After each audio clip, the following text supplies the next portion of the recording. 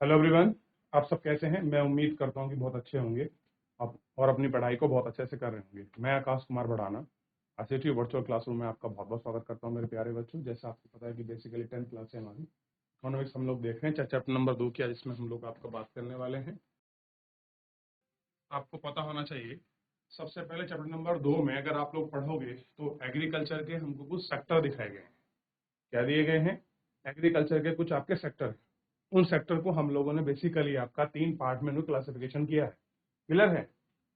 इसमें लिखा है, do you think the classification of economics activity into primary, secondary and tertiary is useful expression how?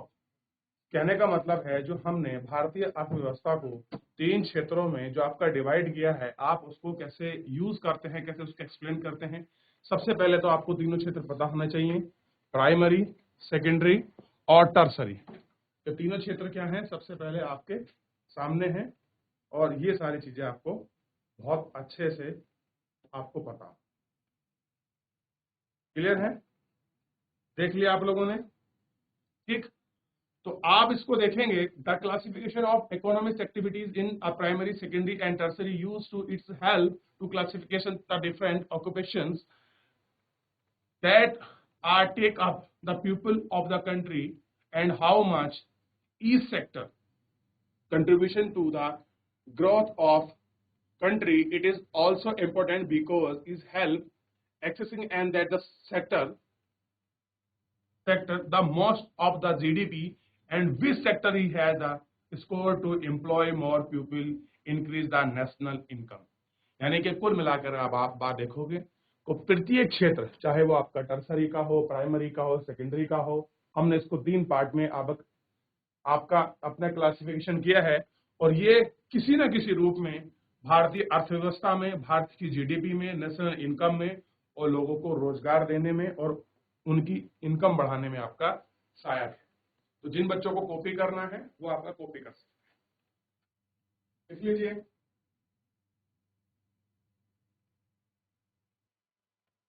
तो आपको देखना है कैसे कि ये सेक्टर आपका इकोनॉमिकल भी तो आपका ग्रोथ करते हैं और ये सारी चीजें कैसे ज्यादा महत्वपूर्ण हैं, आप इनको बहुत अच्छे से समझ सकते हैं और इनको देख भी सकते हैं कि कैसे इंक्रीज करती हैं आपकी नेशनल इनकम। और आपको पता होना चाहिए कौन कौन से सेक्टर में हमने इनको डिवाइड किया है, प्राइमरी, सेकेंडरी और टर्सरी। क्लियर है? यह आपको बेसिकली इसमें ध्यान रहना चाहिए। अगले क्वेश्चन पर बढ़ जाएं। कर लिया हो तो अगला क्वेश्चन इसमें आप लोग अच्छे से देख सकते हैं। The for each of the sector that can be come across in the chapter which should be focus on employment and GDP. ये हमको इसमें थोड़ा सा आपका देखना है। ठीक। Employ could there be issues which should be examine in discussion. तो सबसे पहले देखिए, आपको पता होना चाहिए कि जो भी हमारा सेक्टर है वो एम्प्लॉयमेंट और जीडीपी दोनों पर आपका मोस्ट इम्पैक्ट जो है वो आपका गिरता है और यही इसके सबसे बड़े क्या है, आपके फैक्टर हैं। क्या है ये? इसके सबसे बड़े फैक्टर हैं। डेवलपमेंट ऑफ कंट्री, और क्या करते हैं ये? विकास पर क्या करते हैं, इस चीज को आपका प्रभावित करते हैं। Employment and GDP are use calculate the overall productivity and national income of country. हम क्या करते हैं, जो भी हमारा एम्प्लॉयमेंट है और जो भी हमारी आपका जीडीपी है, हम सबको कैलकुलेट यानी कि गणना करते हैं। जितने भी हमने अपनी चीजों का आपका प्रोडक्शन किया है उसको नेशनल इनकम ऑफ कंट्री यानी कि राष्ट्रीय आय में उसको ऐड करते हैं। If country has high employ rate, it is GDP, national income and per capital income will be automatically increase. ध्यान दीजिए, अगर हमारा एम्प्लॉय बढ़ेगा, अगर हमारे पास रोजगार होगा, तो कह रहा है ना हाई रोजगार रेट, अगर हमारे पास रोजगार होगा तो हमारी जीडीपी बढ़ेगी और जीडीपी बढ़ेगी तो नेशनल इनकम यानी कि राष्ट्रीय आय बढ़ेगी। और राष्ट्रीय आय बढ़ने से क्या होगा कि जो पर कैपिटल इनकम है उसमें भी क्या देखेंगे आप लोग, उसमें भी आपको बढ़ावा मिलेगा।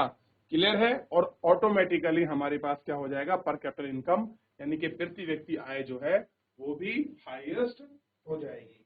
तो आप सोच सकते हैं कि एक सेक्टर के एम्प्लॉयमेंट होने से, यानी कि अगर लोगों को आपका रोजगार मिलेगा, उसका इम्पैक्ट कहाँ कहाँ दिखाई देगा आपको, तो आपको पता होना चाहिए बड़े स्पष्ट रूप से कि उसका इम्पैक्ट हमको जीडीपी पर भी दिखाई देगा, नेशनल इनकम है उस पर भी दिखाई देगा, और पर कैपिटल इनकम जो है प्रति व्यक्ति आय पर भी हमको उसका इम्पैक्ट जो है वो आपका बहुत अच्छे से हमको दिखाई देगा। Hence there are two things which have been given the major emphasis on his chapter. Other issue which should be examined by the follow. सबसे पहले क्या होना चाहिए, कुछ चीजों को हमको चेक करना है। सबसे पहले हमारे पास क्या होना चाहिए, ये आप ध्यान रखिए। सबसे बड़ी बात है हमारे पास जो हेल्थ फैसिलिटी है ये अच्छी होनी चाहिए। क्या होनी चाहिए हमारे पास, हेल्थ फैसिलिटी हमारे पास बहुत अच्छी होनी चाहिए। ठीक, एजुकेशन हमारे पास अच्छी हो, हम पॉवर्टी को दूर कर पाए और लोगों के लिए आपका टोटल आपका प्रोडक्शन जो हम क्या करा पाए उसको उपलब्ध करा पाए, और हम चीजों को सब कुछ बहुत आसानी से उपलब्ध कराएं। अगर हम लोग ऐसा करते हैं तो मान लीजिए हमारे देश और जीडीपी में सबका इसका एक बहुत बड़ा इफेक्ट हमको, जिसका योगदान है वो हमको इसमें दिखाई देगा। क्लियर है, इन सारी चीजों को ध्यान रखें।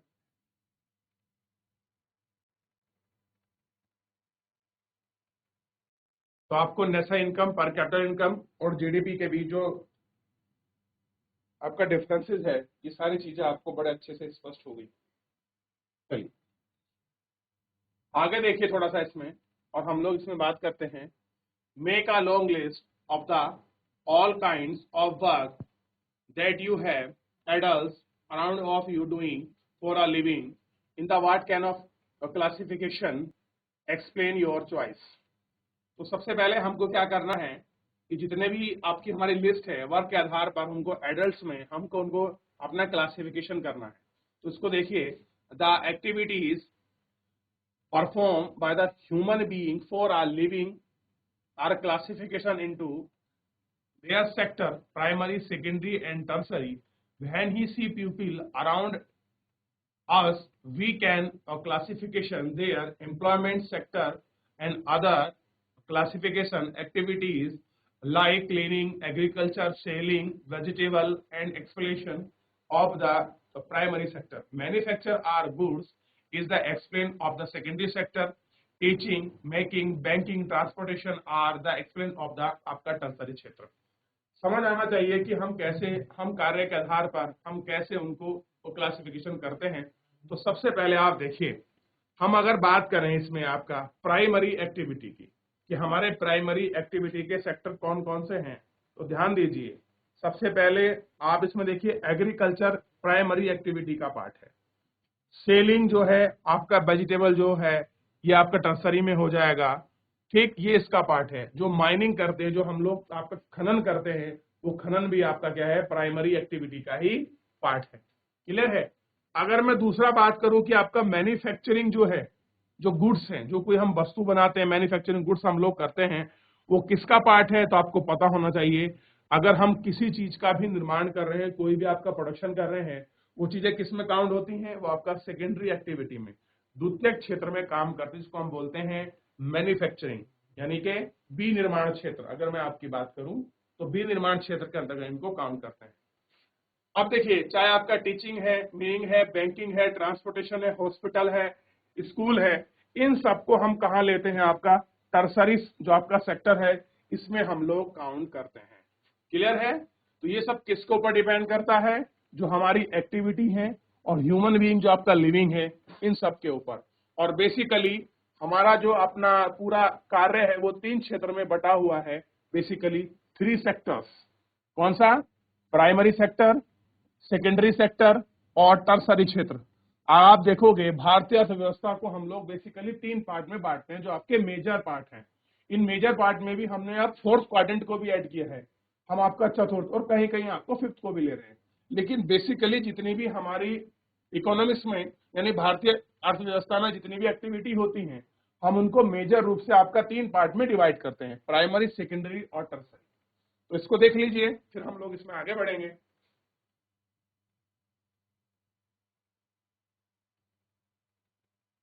चलिए जैसी हो जाए बताएं, आगे बढ़ते हैं फिर हम इसमें। चलिए अगला कॉपी करिए। अब कह रहे हैं how is the sector tertiary sector difference for the other sector. कह रहे हैं कि जो हमारा तृतीय क्षेत्र है वो अन्य क्षेत्र से भिन्न कैसे है। अब बताइए।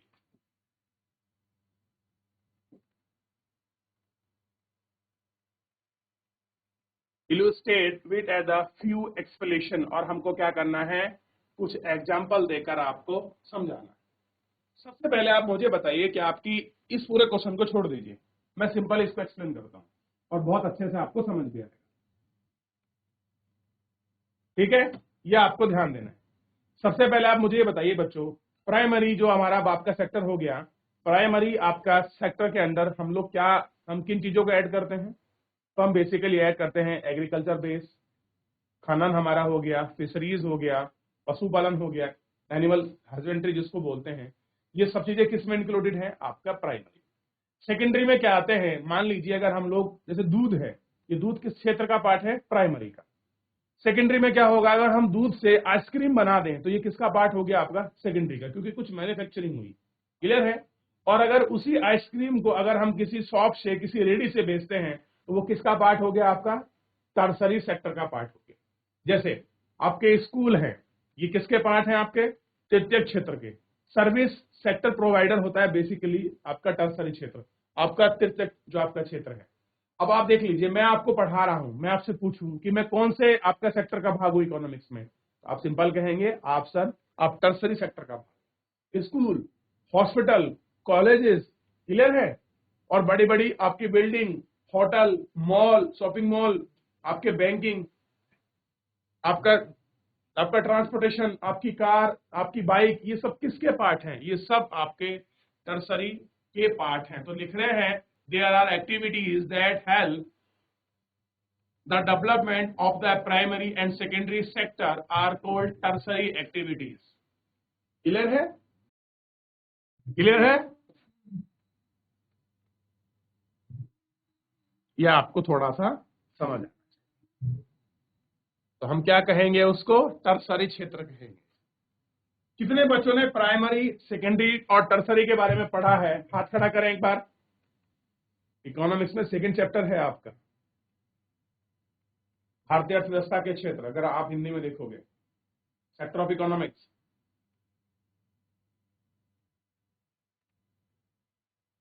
चलिए, these activities are different from the primary and secondary sector। अब देखिए बिल्कुल अलग है किससे, प्राइमरी और आपका सेकेंडरी जो सेक्टर है उससे। These activities by themselves do not production are good, but there are the add or up to the production process। अब ये क्या है, ये कोई चीजों को बनाता नहीं है, ये क्या करता है, बल्कि वस्तु यानी कि जो हमारे गुड्स हैं उनको बेचता है। क्लियर है, ये पता होना चाहिए। For the explanation, goods that are product in the primary or secondary sector, clear है, would need to be transport, track, train, sold, wholesale and retail. अब आप देखते होंगे कि कुछ चीजें आप जाते हैं किसी दुकान पर, आपकी चीज से कोई सामान खरीदते हैं, होलसेल की, रिटेल की दुकान से, थोक की दुकान से, तो वो किसके एग्जाम्पल हैं, वो आपके टर्सरी के हैं। अब वो आपके प्राइमरी के एग्जाम्पल कैसे हो सकते हैं कि आपने, एक किसान ने अपने खेत में दाल उगाई, वो आपका प्राइमरी का एग्जाम्पल है, लेकिन उस दाल को कोई व्यक्ति अपनी दुकान पर होलसेल रेट पर बेच रहा है, या कोई आपका रिटेल पर बेच रहा है, रिटेल आपका खुदरा मूल्य पर कोई बेच रहा है, तो वो किसका पार्ट हो गया, आपका टर्सरी का। क्लियर है, ये आपको थोड़ा सा इसमें ध्यान रखना है और ध्यान देना है। और इसी में आपको दिखाई देता है this transportation facility and shopkeeper come under the retail sector. जितना भी आपका ट्रांसपोर्टेशन है, जो भी आपकी फैसिलिटी आपको प्रोवाइड है, आप रेल से जाएं, ट्रेन से जाएं, बस से जाएं, कार से जाएं, एयरप्लेन से जाएं, ये सारे आपके टर्सरी सेक्टर के ही भाग हैं। और जो शॉपकीपर हैं वो भी इसके अंतर्गत क्या है, आते हैं। क्लियर है? They do you not produce the good but play very important role selling and bearing those goods to the market. अब ये कह रहे हैं ये किसी चीज का प्रोडक्शन तो नहीं करते किसी वस्तु का, लेकिन एक इनका बहुत बड़ा रोल है, एक बहुत बड़ा इंपॉर्टेंस है किसमें, वस्तुओं को बेचने के लिए और उन वस्तुओं को एक अच्छी मार्केट प्रोवाइड कराने के लिए। तो बेसिकली टर्सरी जो हमारा सेक्टर है वो किसका पार्ट हो गया, आपका गुड्स एंड सर्विस का हमारा पार्ट है। यानी कि आप किसी होटल में जाके रुकते हैं, रेस्टोरेंट में रुकते हैं, खाना खाते हैं, वो किसका पार्ट आएगा, वो आपका टर्सरी सेक्टर के अंदर इंक्लूड होगा। और आपको पता होना चाहिए कि भारत में सबसे ज्यादा जॉब आपका देने वाला अगर कोई सेक्टर वर्तमान में बन रहा है तो वो कौन सा बन रहा है, आपका थर्ड सेक्टर, हम जिसको क्या बोलते हैं, आपका सर्विस सेक्टर भी हम लोग इसको बोलते हैं। क्लियर है? और आपको पता होना चाहिए उत्तराखंड में जितने भी लोग बाहर जाकर जॉब करते हैं वो सब किसका पार्ट में काम करते हैं, आपके टर्सरी सेक्टर के अंतर्गत ही आपका जॉब करते हैं, चाहे तो होटल मैनेजमेंट में हो या कहीं भी किसी एयरलाइंस में हो, कहीं भी जॉब कर रहा हो, किसी भी प्रकार से जहां भी कोई अपनी सर्विस दे रहा है किसी के यहाँ, तो वो क्या है, आपका टर्सरी सेक्टर का ही पार्ट है। देख लीजिए।